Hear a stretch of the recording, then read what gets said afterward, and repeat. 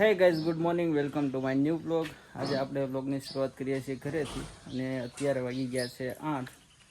તો આજે આપણે જવાનું છે રામાપીરના મંદિરે, એટલે કે કરકોલિયા.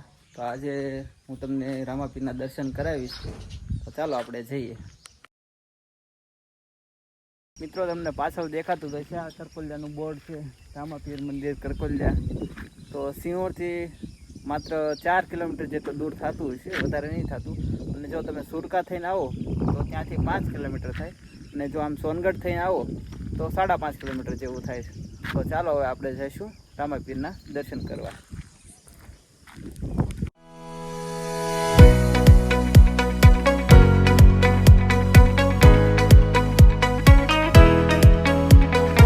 તો મિત્રો, અમે પહોંચી ગયા છીએ અત્યારે કરકોલિયા. અને કરકોલિયા ગામમાં જતાં જ એક વચ્ચે નદી આવે છે, અને એ નદીની સામા કાંઠે ગામ છે કરકોલિયા. તમે જોઈ શકો છો નદી કેટલી મસ્ત. અત્યારે તો ચોમાસું છે એટલે નદી આખી ભરેલી છે. અને સામે રામાપીર બાપાનું મંદિર છે, આપણે ત્યાં આપણે દર્શન કરવા જવાના છે. તમે એકવાર અહીંયાનો નજારો જુઓ, કેટલો મસ્ત છે.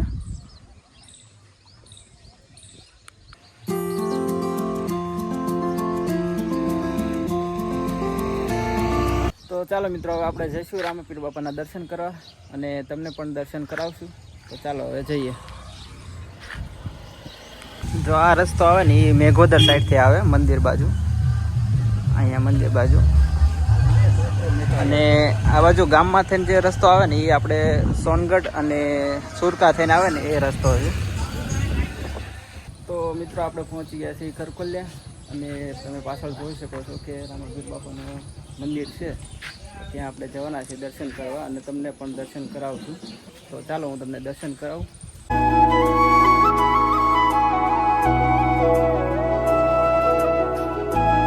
ચાલો મિત્રો, આપણે દર્શન કરવા જઈશું. અને શ્રીફળ લઈને આવો એટલે તમારે અહીંયા શ્રીફળ વધારી નાખવાનું, અને પછી બાપાના દર્શને જવાનું. ચાલો મિત્રો, આપણે રામાપીર બાપાના દર્શન કરશું.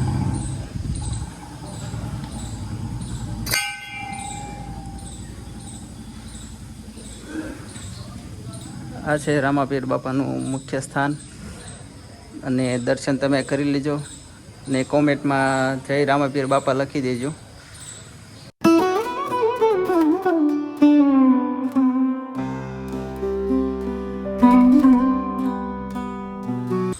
તો મિત્રો, તમે દર્શન કરી લીધા છે, અને હું હવે દર્શન કરી લઉં.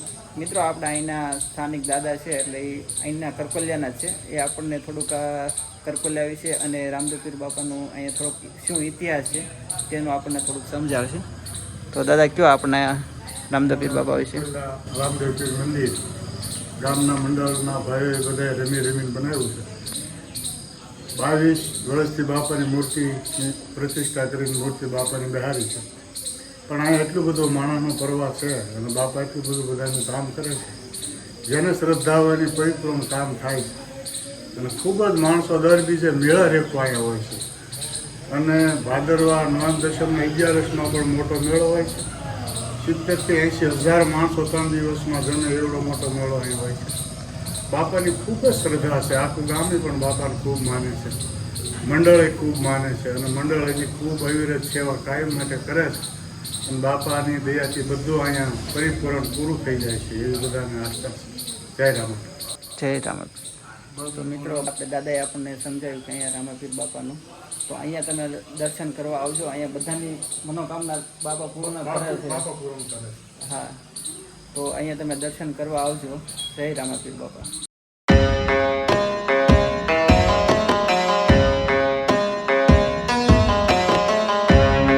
અહીંયા જે બાપાનું મુખ્ય મંદિર છે તેની સામે જ એક બીજું પણ રામાપીર બાપાનું મંદિર છે. અને મિત્રો, મંદિરની સામે જ તે અહીંયા એક અખંડ ધૂણો છે. અહીંયા અખંડ ધૂણો હોય છે રામાપીર બાપાનો. અને અહીંયા બાજુમાં તે હોળીમાનું પણ મંદિર છે. સવારે 7:30 તો 7:30-8 આવી ગયો હતો, એટલે કોઈ અહીંયા વધારે માણસો છે નહીં. અને અહીંયા તો બીજને દિવસે તો અહીંયા મેળો હોય ને એટલું માણસો હોય. બીજને દિવસે તમે નહીં માનો તો 10 થી 15,000 જેટલા લોકો અહીંયા આવતા હોય છે દર્શન કરવા. એટલી બાપાની શ્રદ્ધા છે અહીંયા. તો તમે પણ આવજો રામેપીર બાપાએ. ને મિત્રો જો તમારે આવવું હોય ને તો અત્યારે સવારે 7 થી 8ના સમયગાળામાં સવારે આવવું, કેમ કે એટલી અહીંયા શાંતિ હોય ને મસ્ત તમને બેસવાની પણ મજા જ આવશે. જો નદી કાંઠે આમ મસ્ત ઠંડો ઠંડો પવન આવે અને મંદિરે બેસવાની પણ એવી જ મજા આવે અને દર્શન કરવાની પણ. અને મિત્રો આ છે રસોડું, જ્યાં 3 દિવસનો ઉત્સવ હોય ને ત્યાં અહીંયા બધી રસોઈ થાય છે.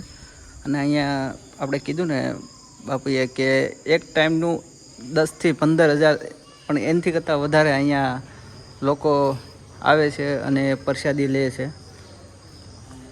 આવી રીતે રામેપીર બાપાએ પરચા આપેલા છે, બધાની મનોકામના પૂર્ણ કરેલી છે. તમે જોઈ શકો છો. જેમને પણ રામેપીર બાપાએ દીકરા આપ્યા છે, જુઓ તમે, જેને સાચા દિલથી અને શ્રદ્ધાથી મન્નત માંગેલી છે તેમને રામેપીર બાપાએ નિરાશ નથી કર્યા. પણ શ્રદ્ધા હોવી જોઈએ આપણી એક. એમને પરચા આપેલા છે, જુઓ તમે, એમની મનોકામના પણ પૂર્ણ કરેલી છે. 3 દિવસનો જે ઉત્સવ હોય ને ત્યારે જે પબ્લિક આવતું હોય ને એને બેસાડવા માટેની કોઈ વ્યવસ્થા એટલી બધી તો મોટી હોય નહીં. તો એમને અહીંયા આપણે જમણવાર અહીંયા રાખવામાં આવે છે. પ્રસાદી બધાને અહીંયા દેવામાં આવે છે. તો ચાલો મિત્રો, અમે રામેપીર બાપાના દર્શન કરી લીધા અને તમે પણ દર્શન કરી લીધા છે. તો કોમેન્ટમાં એક રામેપીર બાપા લખવાનું ભૂલતા નહીં. અને ચાલો હવે મળીએ નેક્સ્ટ બ્લોગમાં. જો તમને વિડીયો સારો લાગ્યો તો લાઈક કરજો, શેર કરજો અને કોમેન્ટ કરજો અને સબસ્ક્રાઈબ કરવાનું તો ભૂલતા નહીં, કેમ કે આવા નવા વિડીયો તમને નવા મળ્યા રાખશે.